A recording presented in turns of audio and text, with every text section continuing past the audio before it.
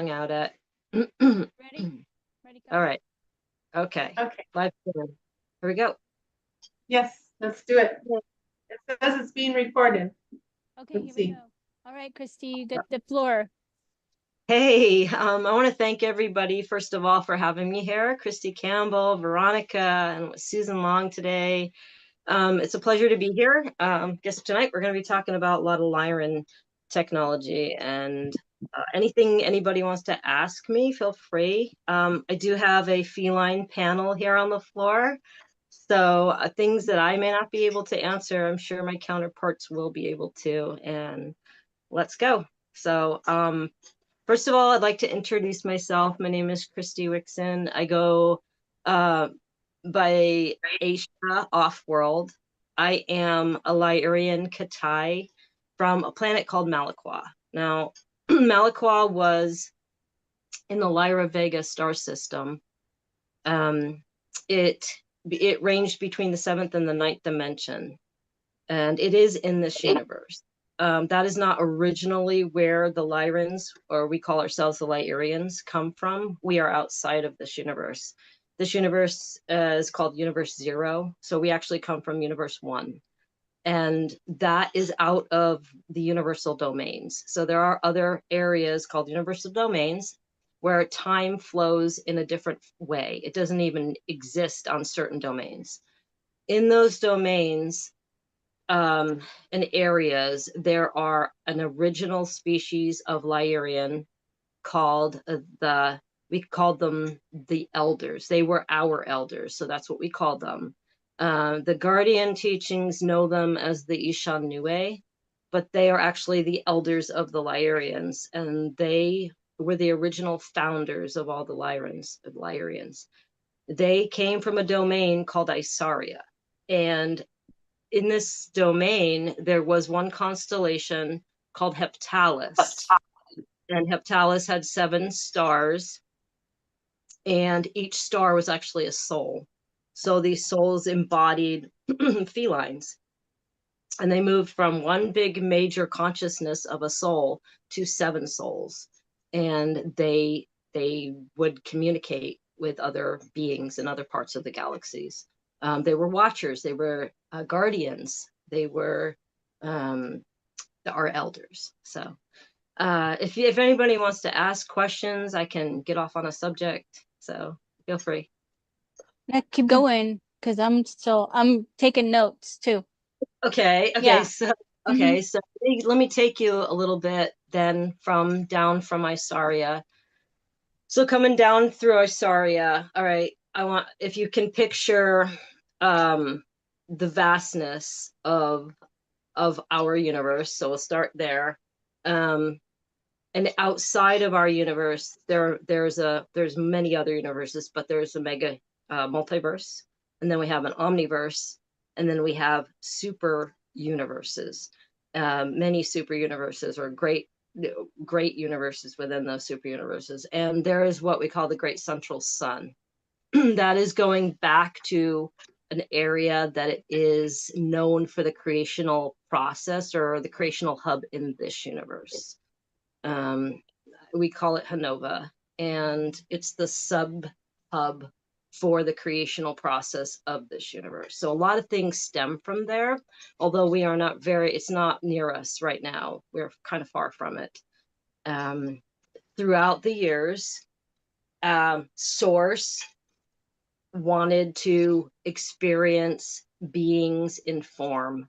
So these forms split off from prime consciousness through the great void of the all-knowing. And during the birthing process, when the prime consciousness decided to come into form, it came down through the ether fields and the plasma fields, where it was embodied and created into a form that gave free will to these forms that wanted to take form and to learn things. The thing is, when you become from a consciousness state to a light body state to a form state, you separate yourself from creation, but you don't have to ever be completely separated from it, because we are part of creation. We hold that creation with us.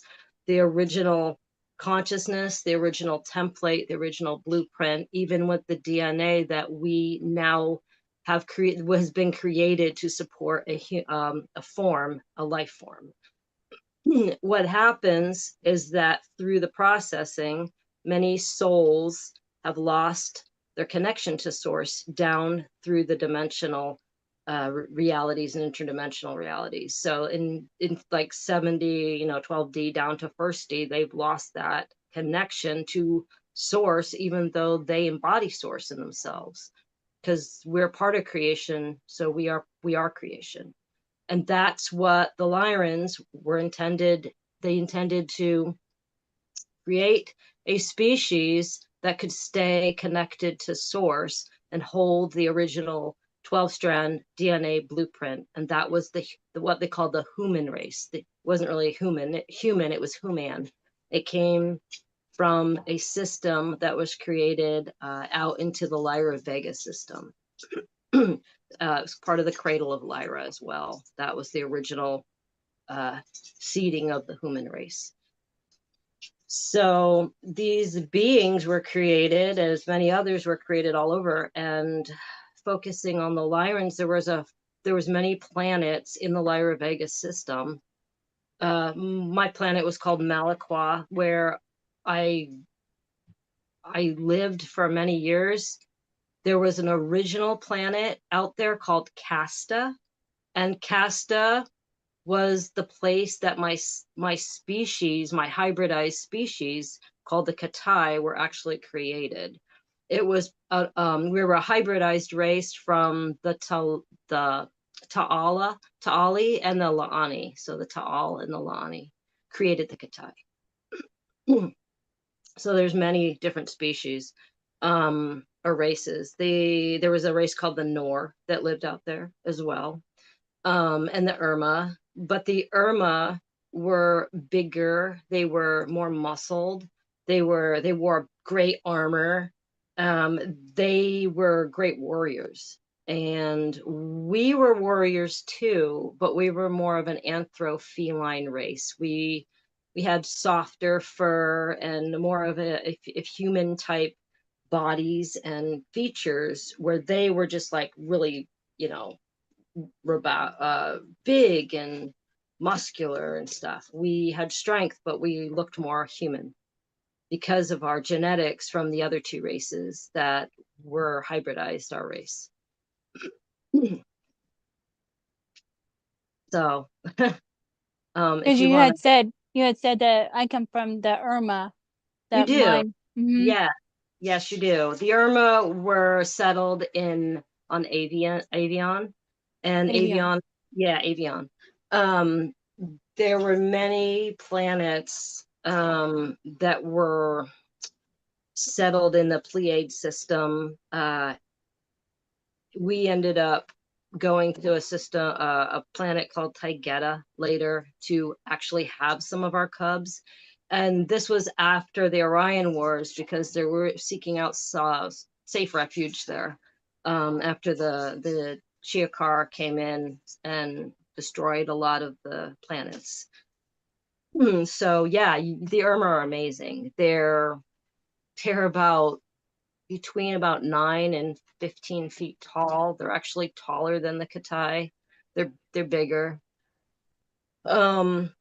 They live to be about 2,000 years old, whereas our Katai species live to be only about 1,500. So, No question. Yeah. I wonder where I come from, because I always say that I'm Lyrian as well, and I have 2 children that are also Leos, and I have had experiences where I have been in the planet of the lions, and they're huge. And I have also had the tiger Bengal be with me, and Ivan Teller said that I'm also a Bengal tiger.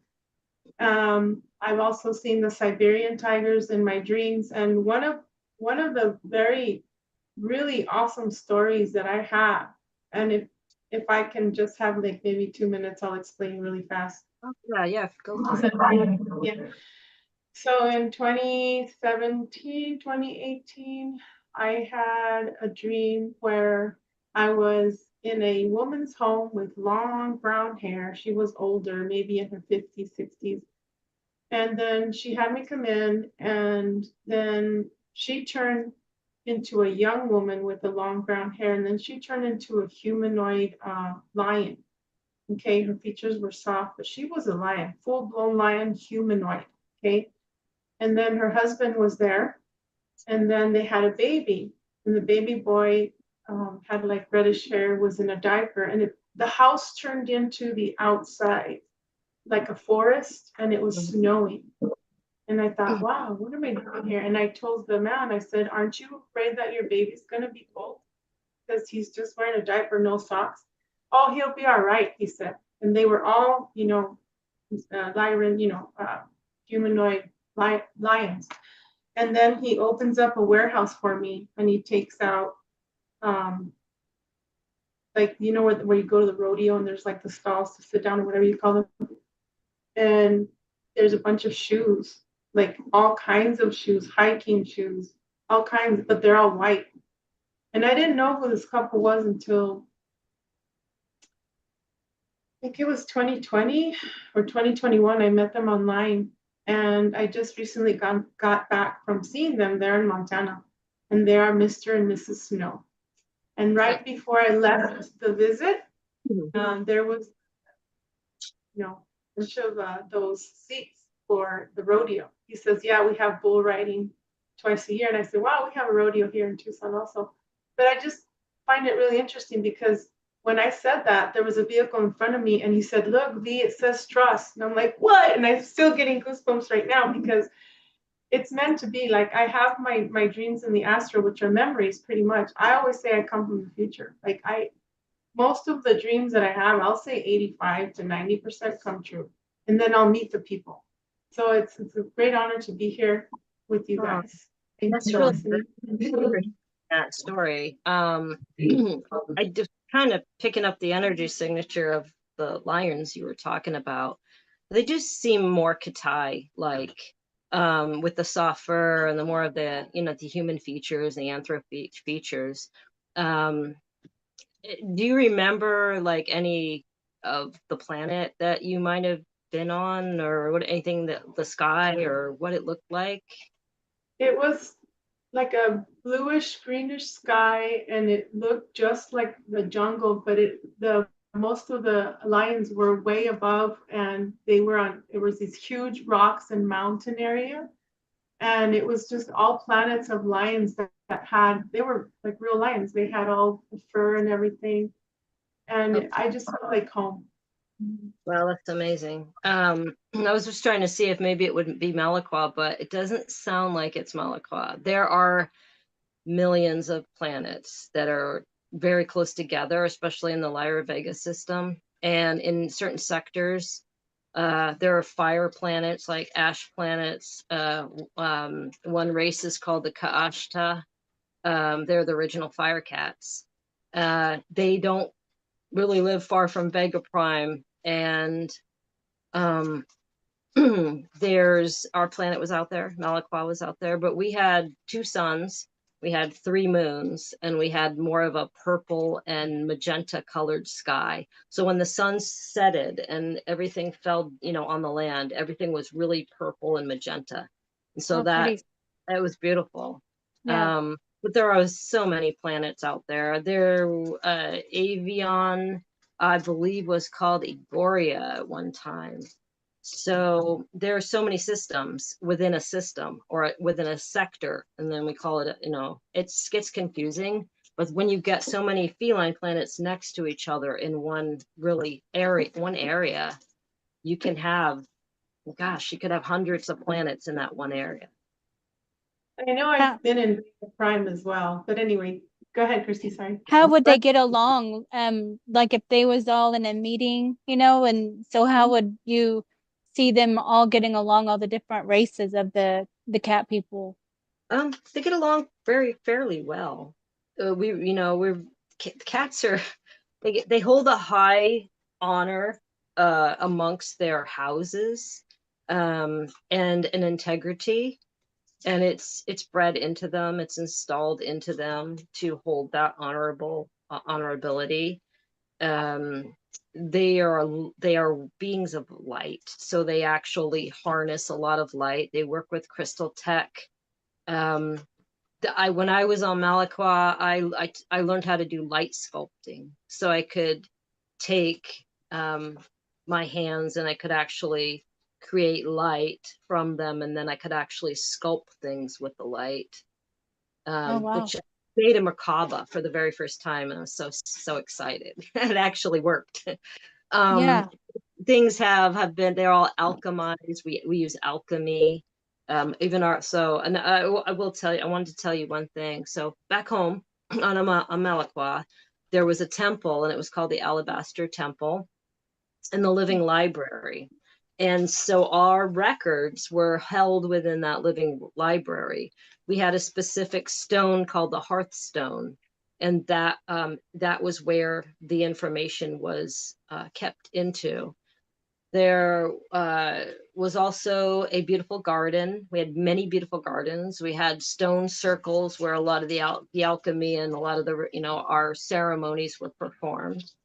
As well, I taught what they call blade dancing. And so blade dancing is it's a martial art form of dance that, in case that you have weapons. So the weapons were enchanted as well, and my enchantment was fire. So I've carried that down with me even to this day. I still work with fire. It's my element. But Seems like everyone, we're all four of us are fire, you you really? know? Oh my, Mm-hmm. Yeah. geez, we're all the I also Seems original. like that. water too. Yeah, me Yeah. too. Wow, that's amazing. Oh my gosh. And Okay, yeah, then, we got fire going on back there. I got fire behind me. So, Mm-hmm. Well, Susan always Kristy, would say that we would and it was an art, and I used to teach it to people that wanted to learn how to use it, and it was used for, protection against other warring races, most likely, especially a lot of the reptilian races. And then I do want to say one thing. So people, when you mention the word reptilian or draconian, people are, they're all, bad reptilians, whatever. But I do want to tell you, there are a lot of reptilians that I have met along my way that are not bad. And I just Mm-hmm. want to put that out there Yeah. so people know. Draconian races too, they get them very confused, because that's like saying American or European. That's like saying all Europeans are bad. Right. So no, that's not it. But so just with that note, the ones that we needed to, fight, we did. There was a race Mhm. called the Fimspioncy that lived out in the Vega Prime system, and they were actually a smaller reptilian type race, and they didn't really cause us any trouble at all. They actually helped us at times. So another race that I will say they're the Lizzies. The Lizzies are like more of like a crocodile type. They walk Mm-hmm. around, and they have long tails, and they're very reptilian, but they have lost their way. Their Stargate out of here, and they have to survive. So they do the best they can. They actually live down in the ground, down in some tunnel systems around Mount Shasta. So they're around, and they're not bad.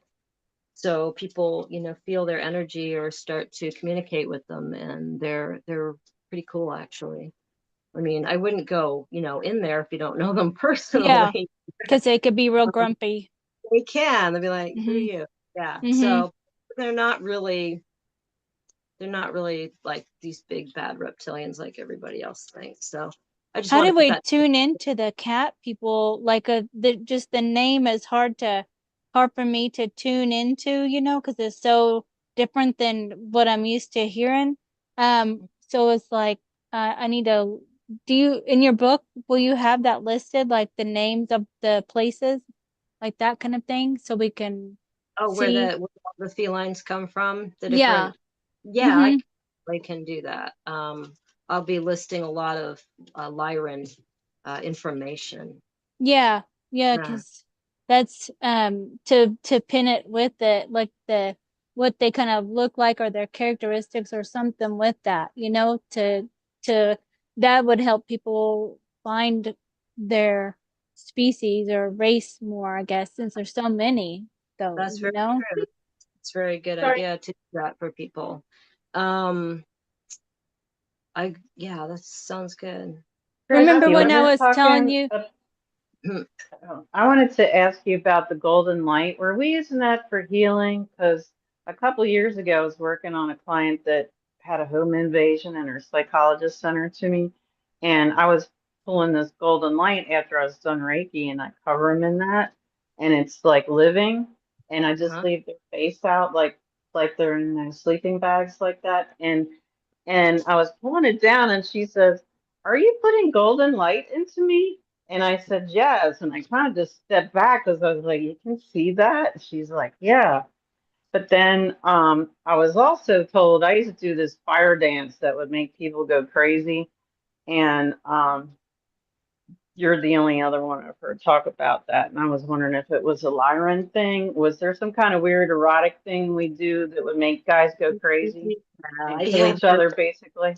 Oh yeah, I'm actually, it's funny that you mentioned that. But yeah, there's a story that I experienced, and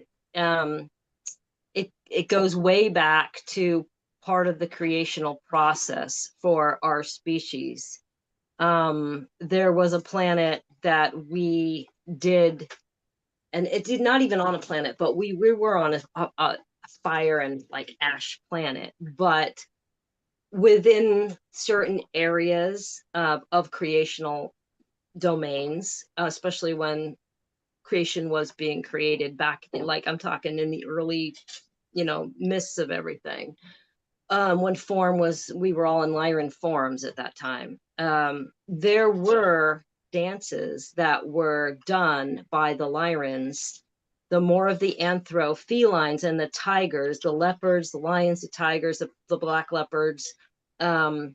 So we danced an erotic dance, and it was actually a dance of creation. We weren't we were creating things. And it's like a circling type dance, but it's very like I said, an erotic dance. And it's not really about sex. It is about divine unity and divine connection. So it's just the connection of the soul to creation. And through the embodiment, it was done in a sexual erotic way. That's interesting that you say that, Kristy, because last night I had a dream that there was four of us. We had our hair up and we were dancing. We were not having sex, but we were kissing each other. Very affectionate, and it was like I said, it was not like sexual. Yes, it was erotic, Right. but that's weird. That's weird that you say that, because I'm serious. I had that dream last night.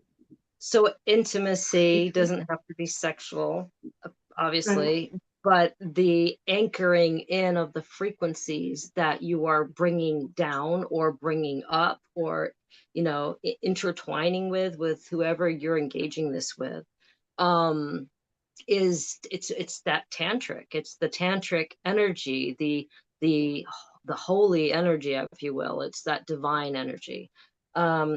So we all have the capability of embracing that energy.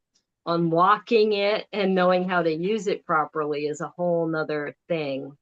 Felines naturally hold that frequency. They hold that energy. And so that's why cats are known to be promiscuous, or, you ever watch cats in heat, or, crying. It's not like they're trying to kill each other, but they're not. They're Mhm. having a good time. Yeah. Mostly frequency and energy that drives their will. So if you will, it's a will, a life force that's inside of them, a creational force. And so during these dances, these fire dances that the felines would do, they were creating new galaxies, new frequencies. They were anchoring down frequencies.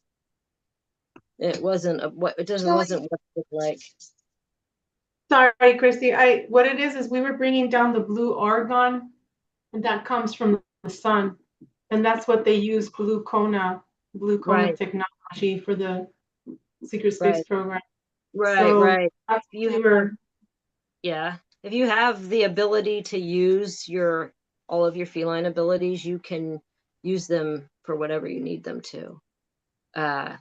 You know what? And Those big lions, they actually came to me with their armor. I'm not kidding. I want to cry because when I was going through the cancer surgeries, oh my gosh, you guys, they showed up. My Lyrians showed up. They were in a ship and they came to me and they said, V, we're with you and we're your family. And that just, I love them. They're the good That's ones. good. Yeah. Yeah. all Thank you. of our feline folk are always with us. They're our guardians, they're our family. They're always there. And that's why, you got to remember, the Lyrans were the ones that seeded humanity. They were the original creators of the human genome to be placed here. So, it gets a little confusing because other races came in and hijacked the DNA and reversed DNA. They reversed templates. They started damaging DNA, original DNA. And so, but that original first coding was coded through the Lyrans. So everybody on the face of the earth holds a small to large percentage of Lyran DNA. Yeah, when you said that, I saw that the Nordics came in and tried to screw with our DNA, and then that's when the Draco came in and tried to get our DNA because they're fascinated. Also, the Aldebaran, they're fascinated with the blonde and blue eyes, the redhead. I was born with blonde hair, green eyes, and then it turned fiery red, just like the picture behind you, Christine. Oh, And it's yeah. just interesting, the different races that want to acquire the DNA. They do. They want to destroy it or make sure we don't have the abilities to utilize that DNA. So it's control, manipulation, how it works down here. And we're in 3D. So this is where the work needs to be done. Remember, It, do you remember when we was talking about the House of Killator, I found that my Lyran father came from, or his name was? Yep. How would I find more information about him? Well, you would probably want to, if you can connect with your family or your Lyran family and ask them. It's all about resonance. So when you hold your frequency to a higher level of awareness, you can resonate with others' frequencies. And it's not like we can't do it. We all can do it. We just have to be open to it and ask for it in the highest good, so other things don't come in. And Yeah. they can. But if you can hold that, a certain frequency, you can connect with other beings, and other beings of light will know you're there, and then you'll see other things, but they may not approach you. They may back off because they see your true self of who you are. You just have to intentionally ask from your heart center, and have heart coherency, and actually have the will, have that determination of will that is true and forthcoming. Yeah. It's the intention, really. Because the channeler said that my name is Vija. Vija, yes, that resonates with me. When I saw your eyes the last time we talked, and I looked into your eyes, and almost brought tears to mine because I like could a recognition. see your Lyran soul. You know what I mean? It's very powerful. There's a lot going on. So with it, when you hold, like, you get into an energy signature and you start to read it, you start to feel it and absorb it, and then at that point, you kind of merge with it a little bit, and I can feel who, your being, your highest soul. Yeah, I can see my lion father. He's like a warrior, like different colors of the golden lion, Right. Yep. wanted to There's say no something, Kristy, if you don't mind. You can actually hold on to a crystal. What I do is I just close my eyes when I'm ready to go to bed, and then I go into the Akashic records, because you just said the library, and it's really interesting. In 2017, I was flying and floating in this huge library, and it very, very tall, beautiful, and there was this lady that was floating in a white dress, and she had brown hair pulled up all the way up, real curly. And she said, "Here, let me show you how to float in this. This is the library of where we keep everything." And I'm like, what an honor. And she taught me, because what I was doing is I was hitting the ceiling and wanting to go through, which I could, but she's like, wait, lower yourself to this area here. The bookshelves were like right here, and I was still floating a little bit on in between, and because they were really tall, and they were stairs and everything. So right now, when you said the records, you can do that too, guys, right, Yeah, Kristy? some people can. There's different records. So there's Akashic records that are for universes, and then there's Akashic records that are outside of our time vector, universal like records, and then we have the Hall of Records, that is where I was before I was born, which is a whole different thing. So you have to kind of know what records you want to access, and what area you're accessing it for what reason. As long as you can get to them and interface with them, you can find out what records they are. Even the whales hold records within them. There are actually even crystal whales that do exist, and that's part of the constellation of Tau Ceti. So there's so They're many. also in the 13 crystal cities, and I wrote about it in the book. Nice. And I showed the crystal cities, and then the mermaid beings. It's really interesting. And then these are the humanoids, the gray aliens that came to my daughter. And this is the original book. The other one is 301 pages, but on the one that's on Amazon, it doesn't have this one. So whoever purchased that book with this being, they're lucky. And then I also wanted to show Kristy's book, because she talked about Susan and I here. And it's You just got an it. honor. It's an honor, you guys. Thank you for Thank you letting for me getting be that. here. I'm gonna order it Wednesday when I get paid. Had to Yeah, buy a car, and a bunch of other stuff came up, so I didn't have any money recently. And then Susan, she would always tell me that I would shapeshift when I first started on the first channel. And I go, you do too. You're my lion sister. I saw my Lyran aspect the first time when I was at ESETI for the Lionsgate conference in 2019, and I thought I knew something was contacting me, and it was funny because I ended up getting these Nikes with like a leopard print on them before I went there. And I remember I ordered a 9.5, and they felt too small. And when I came back, both of the boxes said size 10. And I'm like, I know I ordered a size 10, and the one that didn't fit right was a 9.5, but that was weird. And now I get a lot of, well, I have had people tell me that they'll look up at me and see a lion's face even recently. And I'm like, oops, yes, I always go to the love, and I pull in the Lyran frequency, because I don't know, that feels like the highest frequency of healing and love to me when I do that. Mhm. I agree. You do have know what? very high energy for Linus, yeah. Sorry, can I just interrupt again? Susan, oh my gosh. Okay. This is weird. I've been wanting to ask someone. Okay. So you were talking about shoes.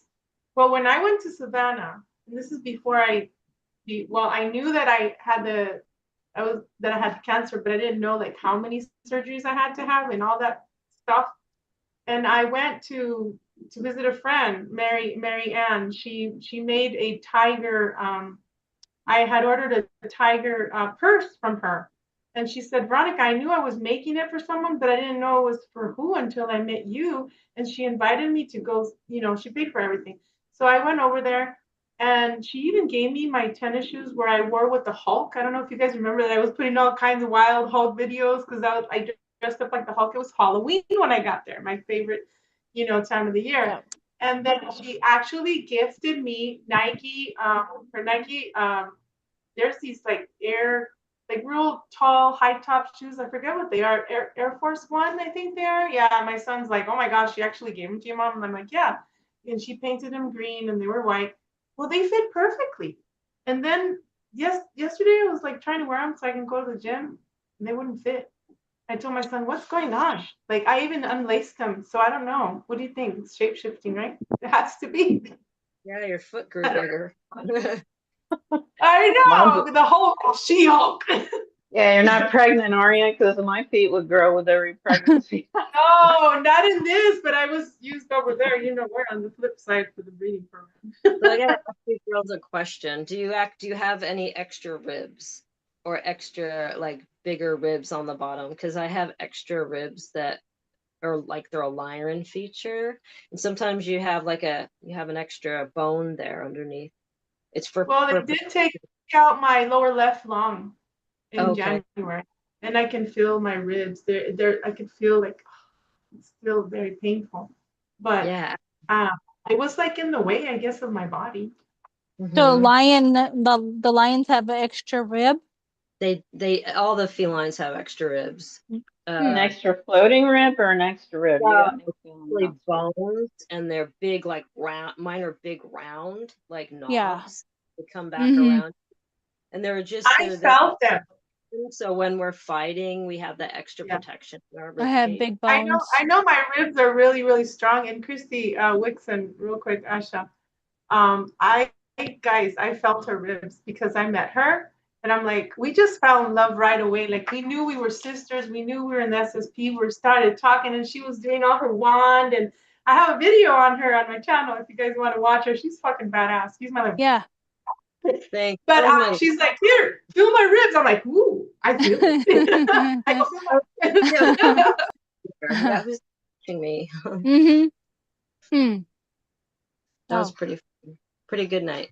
that's fun to get together. When everybody gets together and dancing and having fun, we have fun at the conference. Yeah. Yeah. No, Mm-hmm. I got to get to some of them. That's my next mission, is to get out there and get to some of them. We like dancing like we were, like the lionesses, like that. Yeah, Mm-hmm. well, I dance all the time. Yeah. Yeah. Probably all three of us or four of us together would get in some serious trouble. Oh yeah, we would. We take over the show. Mm-hmm. But we're I not recorded Kristy. harmful. There's nothing harmful. It's just all, Oh, No, like move. seductive and all that, but having fun in our own way, like Right. that. It's Mm-hmm. just We're for having me, fun.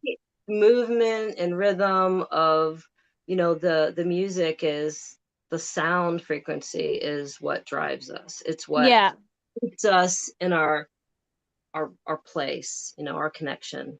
It's all about music. I like All the the raves and stuff, the rave music and all that with the lights and oh, dark yeah. and just dancing like no. that. Mm-hmm. I I love that. recorded you, Kristy Campbell, Yeah, and then you, you recorded me, and it was like, oh my gosh, it's so much fun. Like you just let go. yeah. Mhm. Because I we love to already see that worked so video hard. again because I had only seen like half of the video, of me dancing and stuff.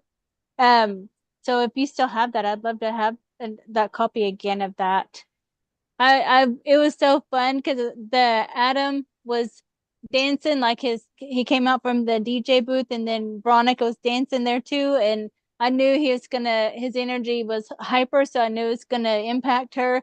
And I said, watch, she's going to get so hyper now. And you did. You was like dancing like with the scarf thing. And you was Oh, like, there. I was cracking up. It was hilarious. was I that had your the concert most fun. in Florida? Yes. Uh-huh. Yeah, I watched part of that. That was amazing. I It was was so supposed to fun. be there, but Yeah. travel, I on the other side of the country. I mean, yeah, so the Yeah. US We'll on the get other. to one someday, all of us, Talk to Mhm. Brian if he's gonna do it again, Wixon, because he helped all of us to go. When does that conference usually happen? Usually it's July, like last time it was what, like the second week, Gals? Okay. Yeah. That's talk the to- second year. So I don't know if we're gonna have it next year. And then he said we were gonna get invited to Sedona, but I don't know when that's gonna be. I'd love to go. Yeah, well, probably Oh. all meet up there sometime then. Yeah. Sounds Yeah. good. Or any Yay. place, wherever we do meet, that'd be fun for us. Right. Even if it's not at a conference, like that You guys too. can come to Tucson. You want. It's like desert. Mhm. That's Yeah. good. That's all right. Tucson, Sedona. Yeah. So what's some jewels that we would wear as lionesses? Some jewels. Well, we did wear a lot of different jewels. There was a lot of green stones, a lot of from violet, like violet stones. They didn't, some of them had names, some of them were in Lyran tongue. They weren't gems that you would find on Earth.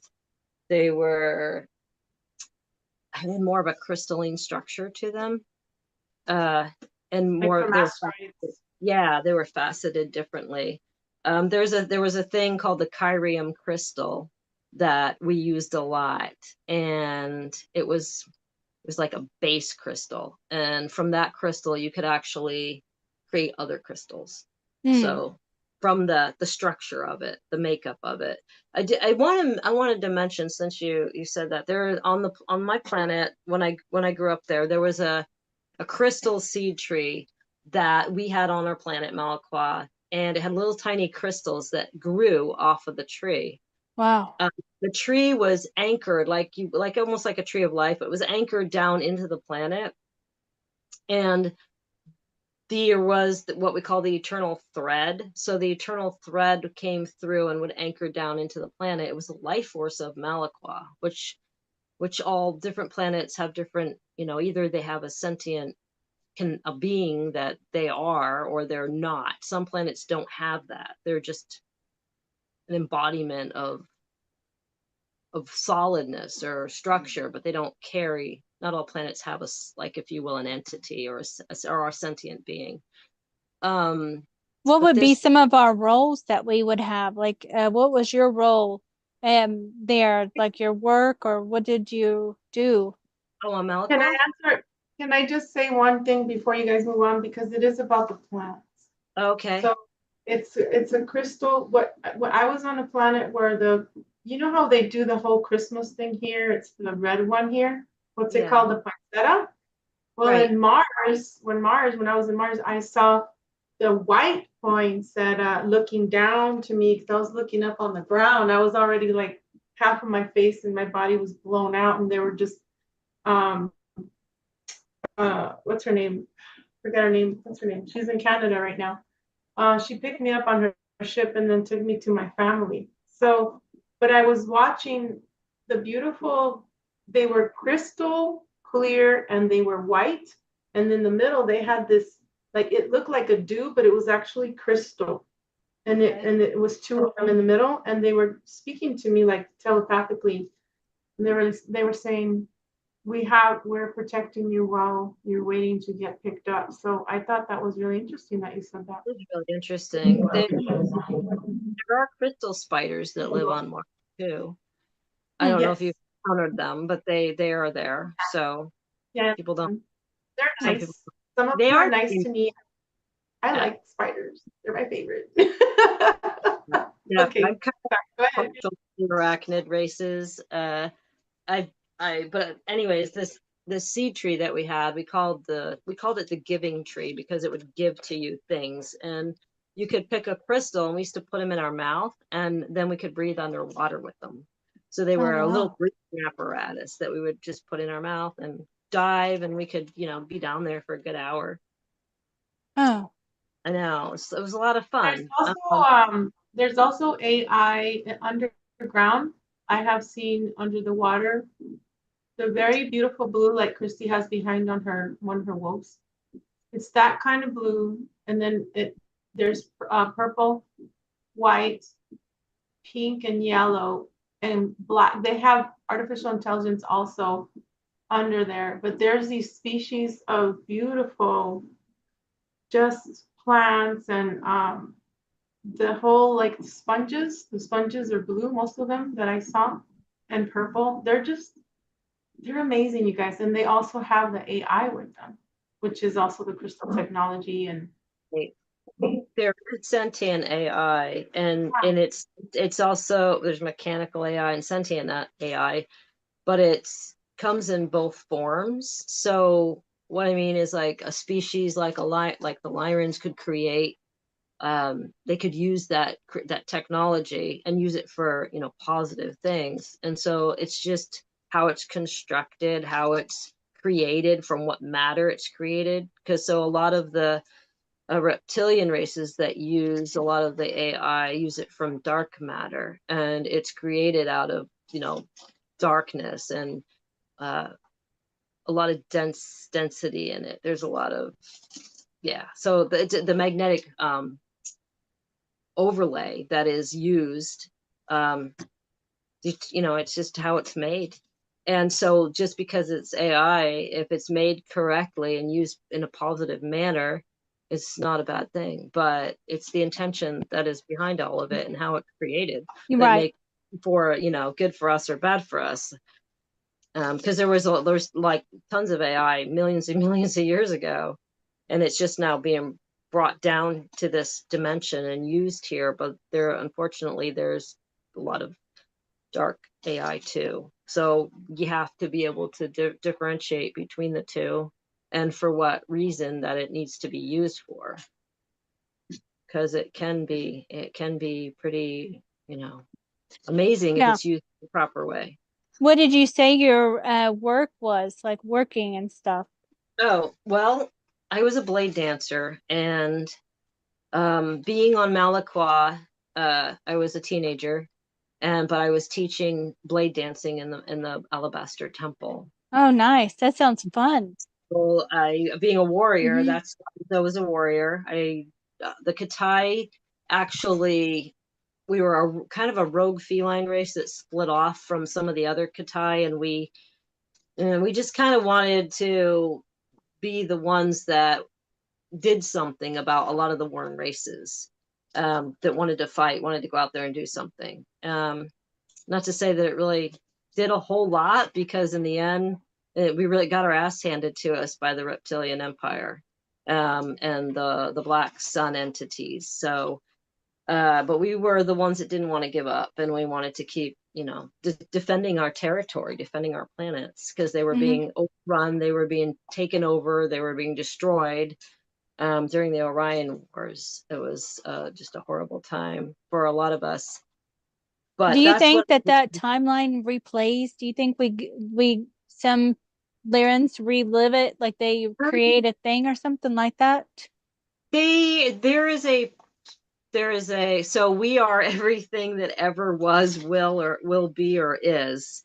We hold the frequency to access past, present, and future, and even outside of the time vector fields, the time fields of, there's time lords that actually control time fields, and one area is called the time sweep bridge, and it bridges the different time vectors and the realities. So when you're outside of those time fields, you see things differently. Even sometimes it even runs backwards. It can run in different, so not only do you have timelines, but you being part of all of the creation that you're part of, you have accessibility to all these different areas of consciousness that you either were, are, or will be, because time doesn't really exist. It's just a concept of this lower dimensional frequency that we live in. It's in the higher realms, there's no such thing as time. Once you get past the ninth dimension, there's no time. There's just creation. Who do you think that this is? This lady? Who is that? It's a good She question. has like a blue I love hair. work. Yeah. Her face is interesting to me. There's a blue race of felines that I know. They're lion beings. Who is she, Kristy? She seems like motherly figure. Maybe it's my mother or something. Yeah, she looks almost Andromedan or even Arcturian to me in a sense. Like Mm-hmm. Susan. Mm-hmm. There's a lot of high frequency energy with her. Did Yeah. you know that the Andromedans and the Arcturians were actually created from the Lyrans as well? No. I have lives in Andromeda. Yeah, Andromeda was very close. And it's such a big place that a lot of beings came from there. And way back in millions of years ago, and this is one thing I just kind of want to put out there too. There was the Galactic Federation of Worlds that the Lyrans did work with, and they continued to work with. There are other factions and other federations that have taken over since then that are not positive, and they go by other federation names. So it's kind of like the Federation of Worlds was a very old federation that worked with some of the beings from the beginning. When we all worked together, we were all trying to keep peace in the sectors, along the trade routes, because there was trade routes and there was a lot of mining of planets going on. And that's how Earth got to be such a crazy place, because it was used as pretty much as a dumping ground for species genetics. They dumped a lot of their genetics here. Even as they traveled by, they would dump debris here. So, Kristy, do you remember which Lyrans were gray military uniforms? Because I met one here, and she was as tall as me, and she had a gray military uniform on. She was telepathing me. That's a good question. I'm not really familiar with that. When I did my work there, I had a specific area that I had to work in. I do know, I don't know. I can't answer that because I don't know which species, which faction you're actually talking about. I wish I could know who that is. I know that there's certain factions that wear blue like jumpsuits that look like the ones on Star Trek, and they even have like a little emblem on them. Yeah. They wear blue and then green, and I'm getting Antares. Maybe ask if they're from Antares in your dream or something. Yeah, I don't know on that one. If there's anybody in the audience that knows, please leave a comment. Yeah, we would like to know. Do we have any questions in the audience? Let me see. There's one person that says, Jacqueline said, Lyrian saved my life so many times off-world, and Kristy saved my life here at least 10 times in 2024, including putting my astral body in her family's sanctuary when the implants in my body started popping. And then he says, and no one could save my life because of the corrosion and heavy metals in my bloodstream. True. There was my father is a big white lion. His name is Macaw. I've seen him many times, and how I remember, like white. It's I've seen, if it's him, he's white, and he has a white crown and a white it's silver uniform, and he's big, and he has the breastplates, and oh gosh, the white fur. I don't know. I've seen that entity before in my dreams. Has a lot of golden armor, but sometimes he'll wear like a 16-pointed blue star right on his like breastplate. Okay. Yeah, so you'll see that. But I mean, there's a lot of white lions out there. So you I just got this. Yeah, we don't have a house.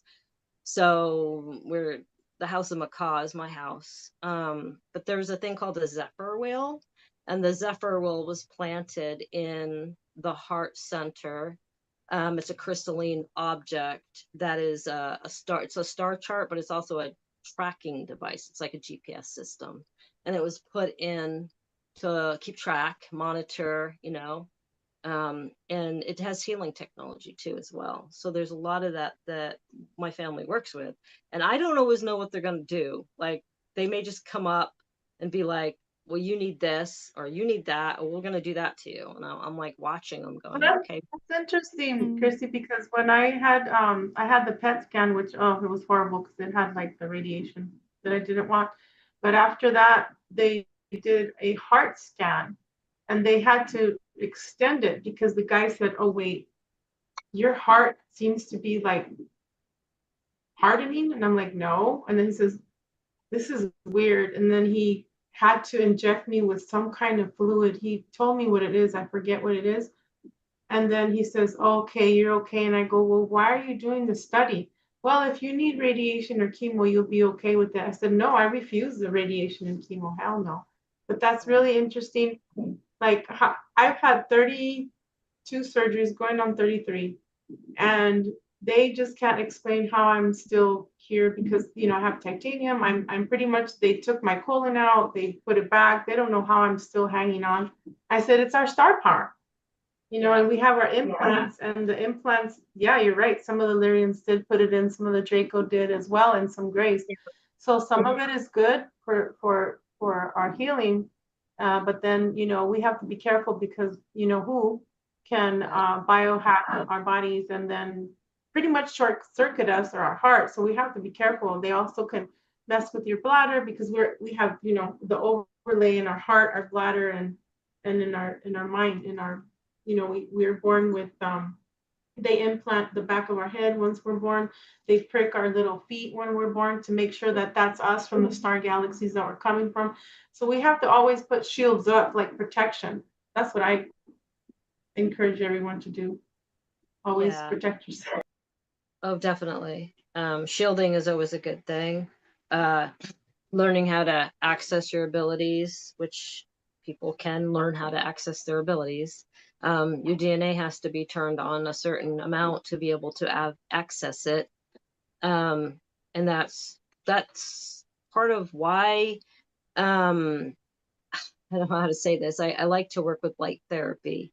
So I was going to mention that real quick. To heal DNA on a cellular level, and to activate dormant DNA or DNA that has been damaged, the way to do that is through phototherapy. And phototherapy is activated through copper peptides in your body. Light therapy and phototherapy. There's also sound therapy, and we all know about the infrared lights, and like the back people used to use Rife machines and different frequencies to heal. So it's all about frequency again. It's about tone, frequency, light. And light actually travels on sound, so it's part of sound, but it's separate from sound. It's the chip. What is it? The EDMR or EMDR? What is it? What is it? I don't know. EMDR, something where you have the red lights flashing when you can go into like right. a session. Correct. Yep. But LifeWave is, I have to say this because it's important. LifeWave, I've been on LifeWave for over a year, and my body is healed, and it is phototherapy. I did want to put a shout out there also to Laura Eisenhower. She's a good friend of mine, and I signed up under Laura. Her and I are both brand partners for LifeWave, and we have our links in the chat, I believe. So if anybody's interested, and you can sign up under her or you can sign up under me, it doesn't matter, but either way, it helps both of us and it helps you guys, and it's amazing. It's really amazing. They're coming out with light infused water that will be coming out for people.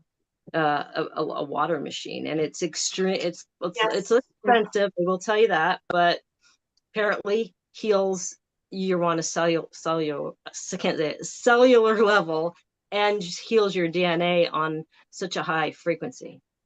So and I saw that in Florida, and the guy that showed me that he had Yep. like carbon like charcoal things, like a filter. Is that the one Yeah. kind of that you're talking about?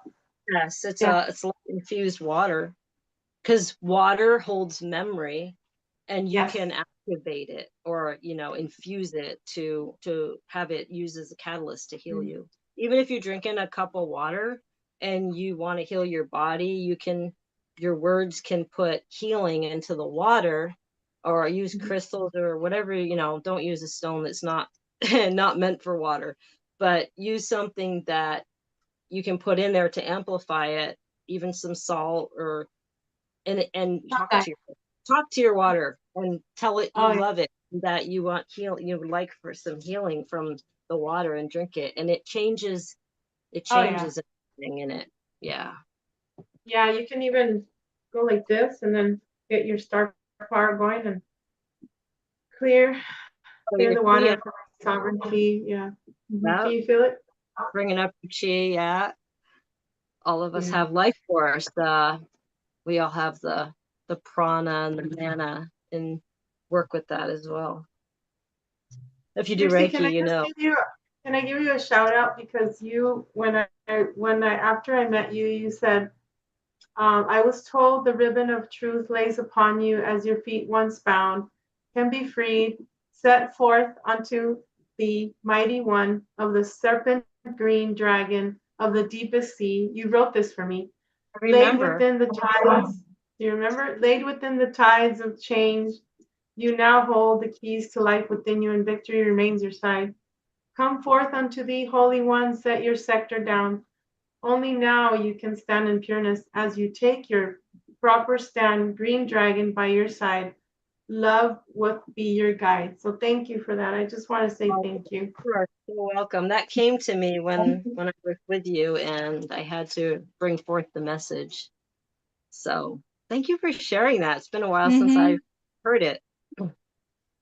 Thank you for Kristy Campbell, man. She's like putting this together. Oh Yes. yeah, this is Kristy's. I wanted to let her share everything about the lions, though, since she told me about the Irma. So I wanted to help others find out too, and promote your book and everything too, because that's going to have a lot of information for Right. everybody in it. Right. The first book that I'm writing Yeah. is called The Radiant Starlight, and it's actually a field guide for the stars. It's a guide that actually is going to be in my other book. So one book is inside the other book. And the other book, Eternally Starborn, The Remembrance. And the book is about ascension. It's about heart coherency. It's about unity consciousness. It's about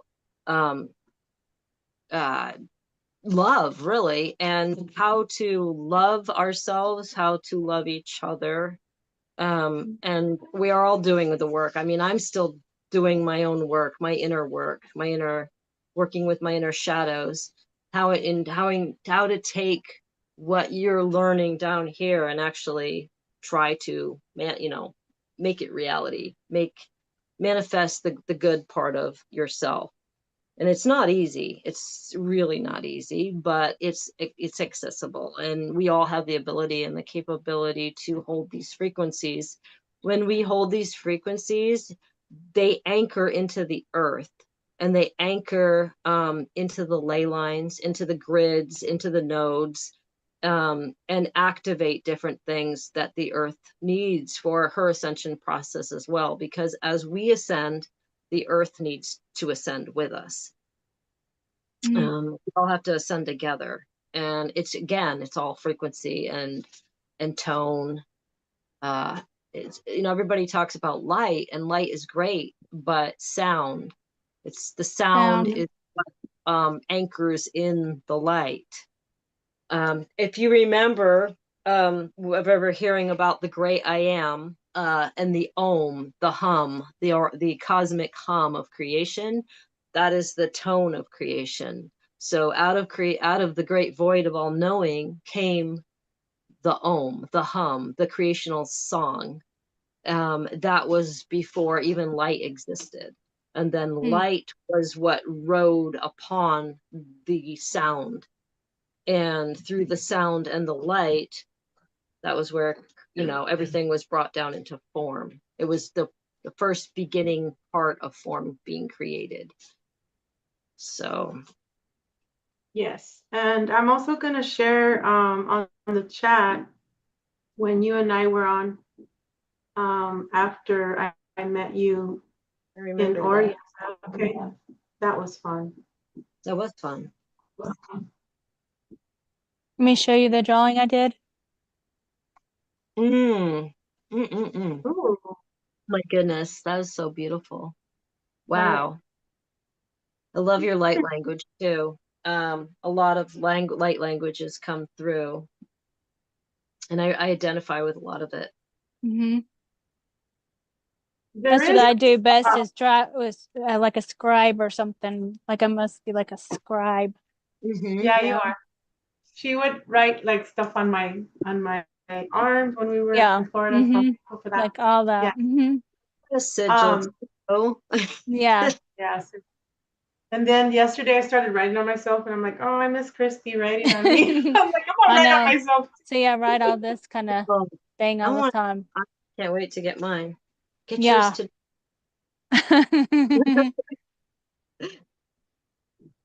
It's awesome. And then oh, it says Third Eye Tribe says scribe talk energy. Yeah, we had said that you are Kristy. Uh-huh. Wow. Is Jack Flynn still in the audience? Does he have a message or question or something? Because I'm thinking of It him. said Hanova codes and unconditional love, and then Hanova codes. That's What what is he said. that? I don't know. He just put HANOVA codes. Hanova is the creational hub for this universe, but Mm. it's not Okay. in this universe. It had to do with the creation, some of the creational process here.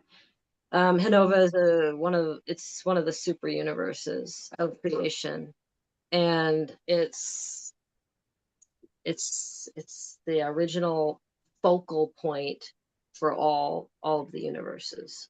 So it's where the great central sun is. There was the double diamond sun, there was emerald suns, but this was the original central sun of creation. So that was a very specific area. Thought energy. Oh, Yeah. Third Eye Tribe said thought energy. I was reading it. Yeah, Jack Flynn, I was thinking of you, so I didn't know if you had a message or something for us. Right. I just heard the hub of the three suns, central energy, when you were talking about the suns, because I have seen two suns here in Tucson, actually, because Tucson is two suns. Oh yeah, But I have in 2016, I have seen them. I took pictures of them, two suns. yeah. A lot of people think it's Nibiru or whatever, but it's not. Nibiru is not here in this universe right at this time. We have an old sun that is dying out, and it's been dying out. It's not dying out. I mean, it's not died out yet, but it's losing its, you know, velocity. So another sun simulator was actually brought in to. Oh yeah, I remember that. This bit. Yep. Mhm. It's actually a plasma sun that we have now. It's very white and very hot, but it's not really putting off a lot of damaging radiation. It's bringing in a lot of plasma energy, and the plasma energy is actually going to anchor again into the earth and help with the new frequencies that we're working on here. It's all about we're in a very special time called the Great Awakening, and it's not like, oh, you know, you do all this work and then like we all jump into another timeline or whatever, but we have to do this inner frequency work, and then the earth will anchor in the frequency light that we bring in, or that she harnesses. So what she feels we feel, and vice versa. And the earth has been, you know, many different things on many different timelines. So we're still in 3D. We're trying to raise the frequency to at least 5D, and hold a high frequency. If you notice, the Schumann has been going up crazy, and we've had blackouts, we've had whiteouts, we've had timeline jumps, we've had spikes, and all this crazy stuff going on. And that's because people are actually they're anchoring in the frequency. They're doing the work. It needs to The be, and the the more you become aware, the more open things are going to become. the particles that you're talking about, Wilhelm Reich did a study back in the day. He was looking through a microscope, and then so he saw the glowing particles that Mhm. they were like tiny amoeba. He said they were the atom of life. He called them the bions. Okay. So they assemble together to make life, even if even if out of inorganic materials. And then what he did is when he turned off the lights, he would see that they would glow.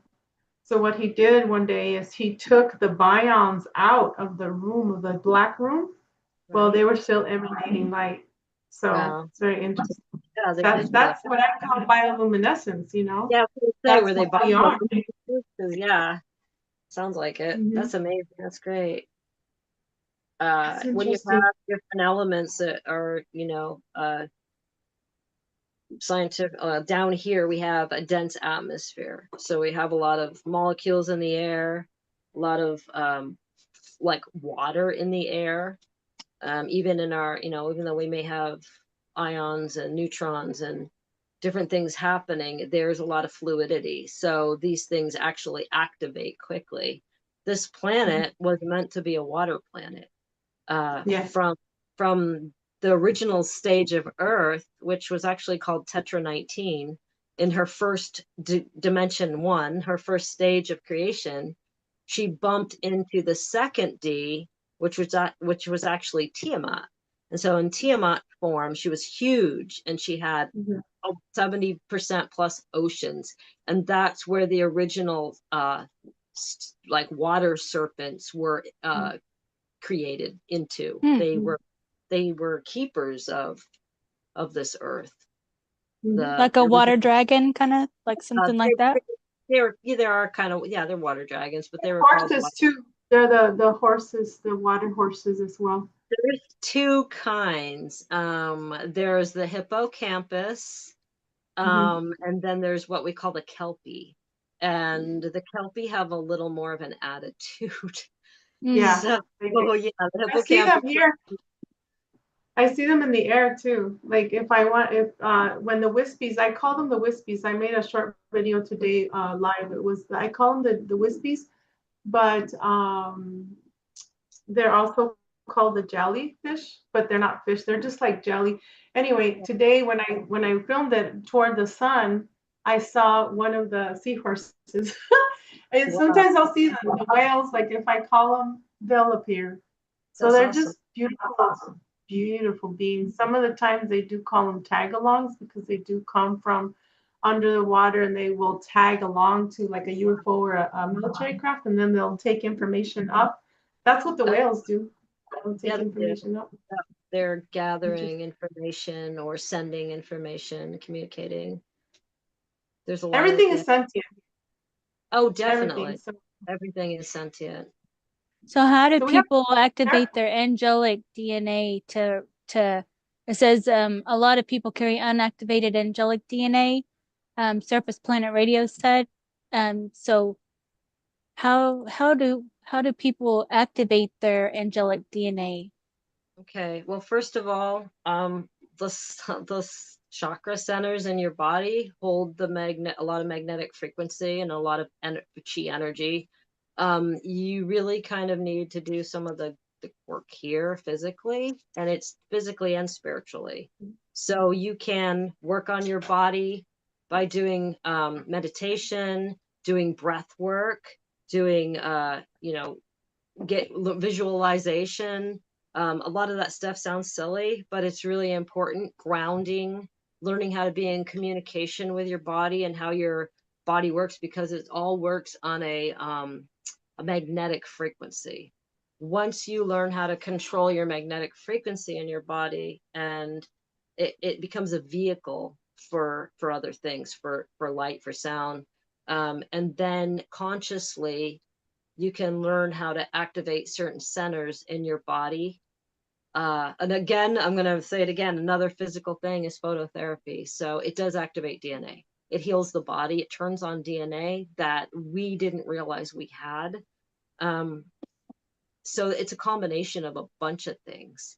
Po- Thinking, thought is a very big thing. So if we think negative things, we're going to create negative things. If we focus on a lot of positive things, or we could heal our own bodies in a sense, even if we thought positive, because our own energy, our own frequency travels in our own body, and we use it or we abuse it. So again, part of the ascension process is learning how to work with the embodiment of everything we have available to us, whether it be spiritual, mental, physical, you know, emotional, the emotional body, all those different bodies. And then that we actually have 15 chakras. We have some that are up above us as well, and activating those etheric chakras in the higher realms. And I'm going to put this out there because it's really important. This is a big deal that people don't, they abuse, and I'm just going to say it. Sexual energy. Sexual energy is the base for creation, because we hold it in our womb, in our yoni, in our womb center. And so having that with a partner that knows how to move the energy and how to use it in a positive manner, you could create universes with that. If it's hard, if it's all down in the lower chakras and never gets up with an intention of love, like having that love frequency and that love energy come up through your body all the way to your crown, then you're going to be suppressing those fears and those traumas and those energies down into the lower base system, and it's going to get stuck there. And then when that energy can't move, that causes diseases, a lot of them, because it's stagnant energy that has not been circulated or released or transmuted, if you will. We have to all learn, and I am learning it too. I mean, I'm not perfect at any of this. There's So. some codes. Oh, wow. I teach sex magic. I teach Wow, sex those are magic. amazing. Yeah, sex magic, you can do a lot with that, especially with the But partner that you love. a lot of people don't. I'm writing about it in my book, and it really kind of tells people how to go about it in a positive way, not in a negative way. Because again, Exactly. if it's abused, then it's not beneficial. Right. So, And if you give that energy to another entity that you want to you want to have involved, that's not good either, because a lot of the past, if you look at the book Sex Magic, that even Susan has it wants to incorporate another being. Like we'll just choose a Hindu god to give it to. No, it's within you and that partner that you're staring at, and you're going to manifest what you're going to manifest while you're having an orgasm. Do you know how hard that is to do? Well, that takes discipline. Yeah. And Well, you another thing didn't actually have to be having an orgasm, because I activated my Merkaba and took him above Earth, and he wasn't able to do that. And he's like, how do you do that? So while you're doing your Tantra, you just pull yourself way above the planet. And I was like, I just made this love bubble. And then I'm sitting up on like this little deck looking down at Earth. So, because we went up all the way to, what's that? My soul star and the Earth stars in the ground. So, yeah. So, yeah, definitely. I know about that. True. Yeah. And then another thing that I see a lot of people still stuck in the synthetic weed and just drugs. And I'm like, okay, well, how are you going to be your highest and best if you're letting something that's controlling your body weigh your etheric body, down, your biofield? Right. So when you drink excessively and when you do drugs, you're not protecting your aura, which is your shield. And Sabrina Wallace talks about this all the time. I've been following her for years. So it's really interesting how people really don't take care of their temple. It is our temple. We have to nourish it. And It gets beat up along the 3D journey, but trying to really connect with it and treat it the best we can is what we need to do. And like Vera was saying in those books, it was telling us to yeah, activate like I don't know, it's like a moose or some crap like that. I'm like, I'm just gonna activate myself because this is wrong. I knew that instinctively, and when I did that, then I made the Merkaba and was able Right, to pull my partner with me. right. But that was pretty cool. Yeah, That's it was. that. I talked to Susan about that a lot. It's very interesting what we learned. And then somebody else told me to get the Magdalena codes or the Magdalene book, Mary Magdalene book. That also talks about sex magic too. But Susan's the one that when I gave the class a few years ago, she told me, hey, maybe you should get this book. And it's called Sex Magic. But then I ordered that one and another one, the Mary Magdalene. Oh Yeah, wow, it's a that's red book. Yeah. well, that's awesome. Wow, thanks for sharing that info too. It's always good to hear good books. All of us got our books out there or coming out, so it's pretty amazing. About time. I'm still waiting for Susan to get hers out. Come on, Susan. Yeah, I got to do that. But this was that book's. Let me see if I can do it. It's called Sex, Sorcery, and Spirit. Hmm. That was that set by Jason Miller. That was that sex magic book that we did that podcast on a couple of years back. That's awesome. Yeah. My book talks about it, a little bit about it and in areas where it helps with the ascension process. It's part of the ascension process. But again, has to be done with the highest intentions in the right way for the right reasons. For Yeah, good you things. can't be stealing people's life force so you could look younger. They don't.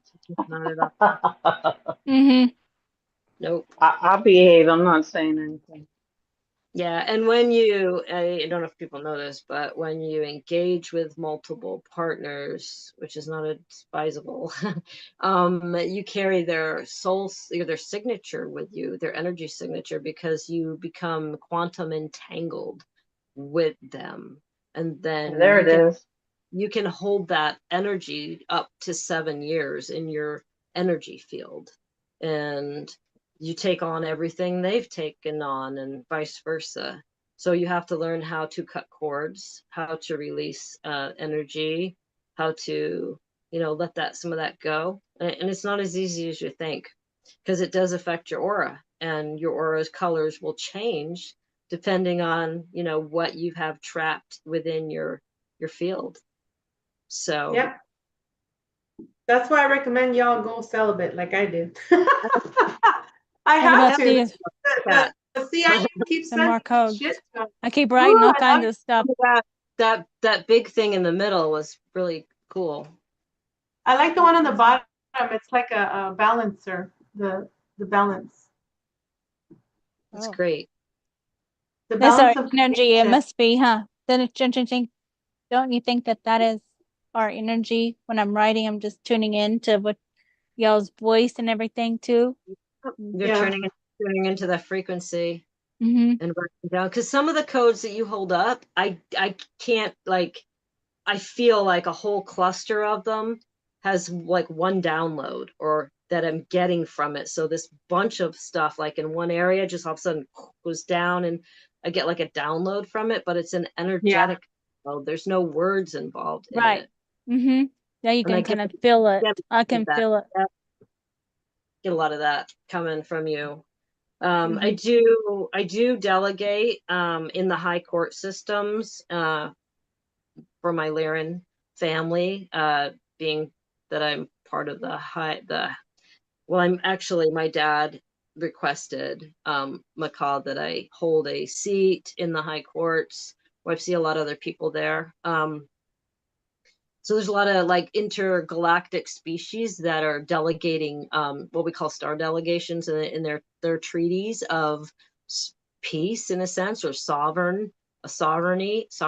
We're trying to establish certain sectors and certain areas that are still warring, peaceful reign for transport and space travel in those areas, that so they can be, you're not killed when you go through certain areas.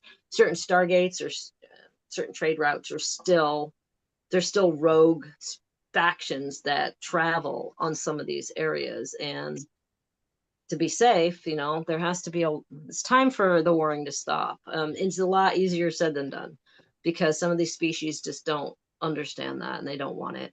Again, what all of our galactic history wars came from.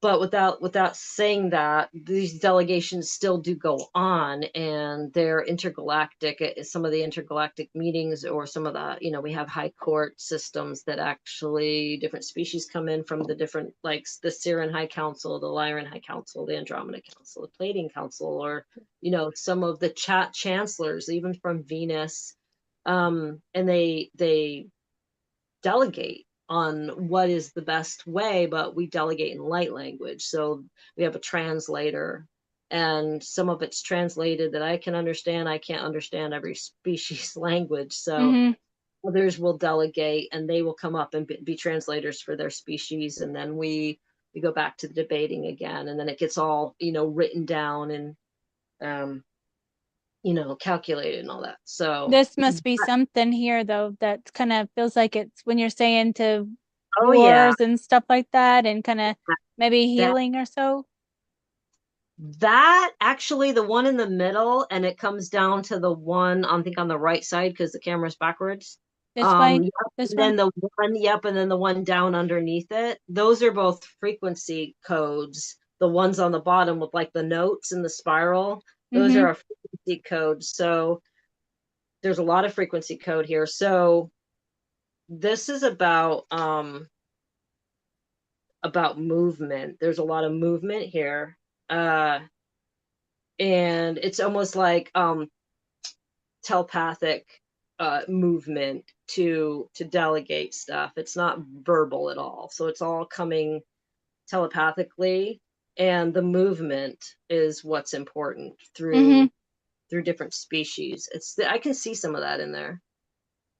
Because you were saying about the war needs to stop, so then I was like doing like that, you know, with that. Yeah, so it kind of they feels do like stop. And a lot of the spiral stuff, time is not linear. Time is how do I say this? Even ascension is not linear. It spirals out. So when you hit over 3D into then get into 4D, which is the mental plane, and into 5D, which is the crystalline, it's like holds the true crystalline form of creation. It's where it starts. You're dealing with different frequencies, and a lot of those that you're connecting with are from 5D and above, because those codes are coming in probably about maybe 10 or 11D, and they're coming down. yeah, By my the head time, is just buzzing. I bet by the time they get down to us, you know, they're still holding their frequency, but they're not linear anymore. They're actually spiraling out. So the frequencies spiral out, and it changes. Like, it's hard to explain. I'm sorry. It's hard to explain in this reality, but once you get out of this reality and you see things in a different format. Yeah.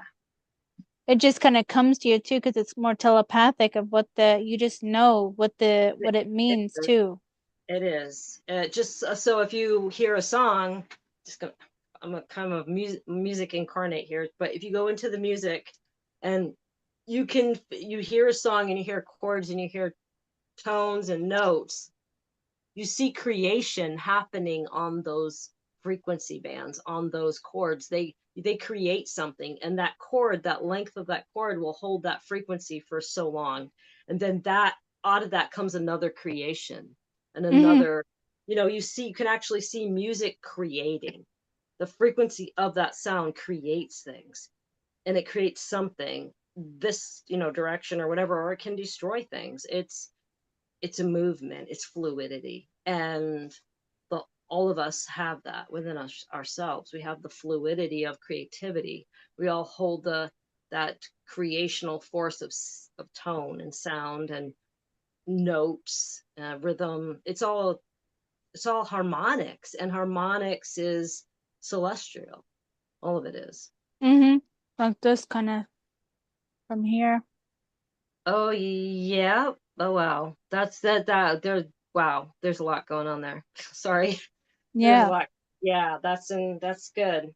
I keep You probably, drawing something like that, with the seeding, like the bottom part's like a seed or so, like the music, and then seed in the frequency, yeah, and maybe.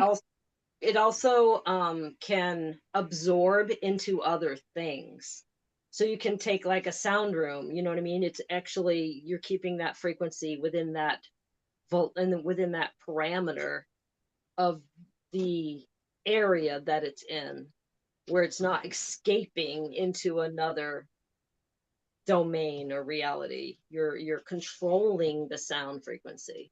So having sound, soundboards and stuff.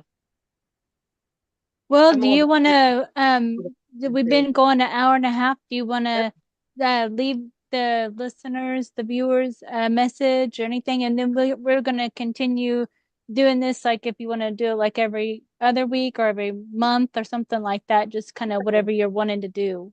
Okay, no, sounds great. Mm-hmm.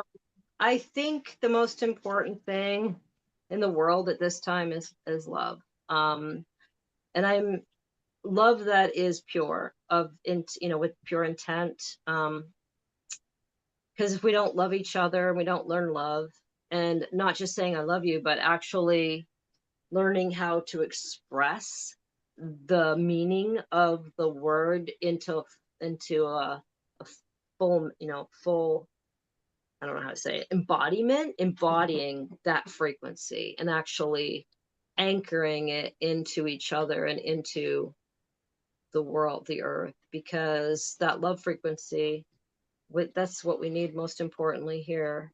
And it's not being selfish, it's being selfless.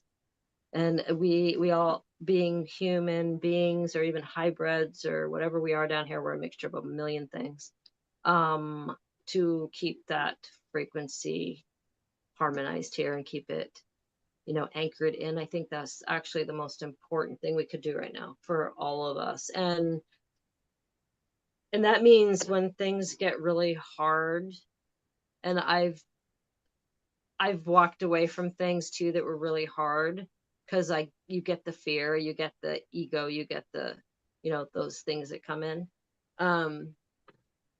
You have to learn how to, when you anchor it, you have to learn how to just embody it and give it freely. So that's the hardest thing to learn in the world, is what real love is, and where it has no boundaries, no conditions, no boundaries. And I don't think any of us have actually achieved it at this point. We are working on it and we're capable of it, but holding that frequency is a really hard thing to do. And it is part of the ascension cycle. If people can learn how to embody that or how to work on holding that frequency, that would be the most important thing in the world right now for people to do. It's one of the most difficult tasks to obtain too. Susan and Veronica, y'all want to say anything? We're closing up. Yes, I say? want to say thank you so much, Kristy Campbell and Kristy Wixon and Susan, for being on. Like I said, I was supposed to do this show last Wednesday, but I was in the ER. But I'm getting better. I just wanted to say that the hardest thing on earth is to know thyself. But I preach it regularly, because once you know thyself, then you will know what thought form is not yours, that'll make you do things that would hurt your prójimo. Prójimo in English, it's your neighbor, your other fellow human, hybrid, because we're all hybrids, right? But know thyself, right, Kristy? Because that way you won't be handled by MK Ultra or those handlers out there, especially in our community. For you're best friends with this person, then you turn around and you're talking smack about that person. Now you're best friends with that person. That person is like, no, you need to know thyself, ground yourself, know who the F you are, know your power, because we're all very powerful. Thank Yes, you. we are. Susan, your wisdom. My wisdom. Oh, I'd like to talk about this some more. I still got to get your book and Christie's. And I need to start working on mine. If I didn't have to work so much to pay all my bills, I'd have more time to sit down and write. So Yeah. I'll get there. I'll show Yeah. the codes that I got at the very end so we can, Oh, that's I my, like those. that, Those are oh, this way. This, I think it's this way, right? Yeah. funny. Those look very harmonic. Mm-hmm. Uh, those are This is very my message to everybody. That's a love. Look at that. Love, love, love. Love, love. And Harmonic. that's, wow, that's great. I see Can that. you flip it In this way. that way? Yeah, I want to see it that way. Kind of Harmonic, reminds me of water now, like of the ocean energy too. enigma, sun codes. Oh gosh, there's so much. Mm-hmm. Grounding, Yeah. breaking the first one. It says breaking the maze of creation, unnecessary reincarnation. Oh, Oh, good. Well, I, thank you all for coming in the audience. We appreciate you asking us questions and interacting with us too. And we'll probably like in 2 weeks, do you think, Kristy? We'll announce it. And just Yeah. kind of see, on how everybody is doing and stuff like that. It might be every 2 weeks or every month. It just depends on what all everybody's doing too. okay. And we can add more people too, right? If you Yeah. want to do that too. So if you want to be on, you can too and participate with us as well. So it's all for the Lions though. It's the Lyran, that's our thing, Yeah. for the video. That's wonderful. Thank you, Kristy, so much for having us all here tonight. Yeah, thank you all for coming and for your time and everything too. So everybody have a good night. And I'm going to stop the video.